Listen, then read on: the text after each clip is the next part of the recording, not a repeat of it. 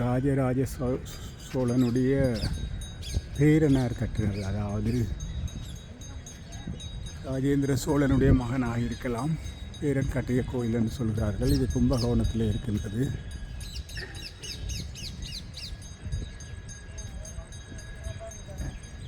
அவரது பேரன் கட்டினால் கிட்டத்தட்ட இதுவும் ஒரு 100 வருஷத்துக்கு மேற்பட்ட கோயிலாக இருக்க வேண்டும்.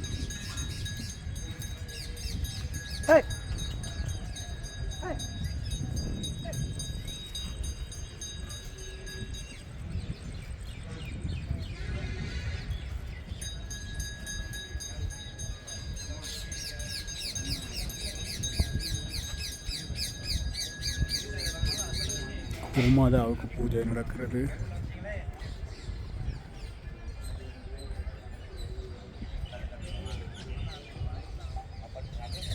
அதே மாதிரி கோயில் ஒன்று, பழைய கோயில் ஒன்று இருக்கிறது பாருங்கள். வெளிப்பாடு கோயில் மாதிரித்தான் தெரிகிறது.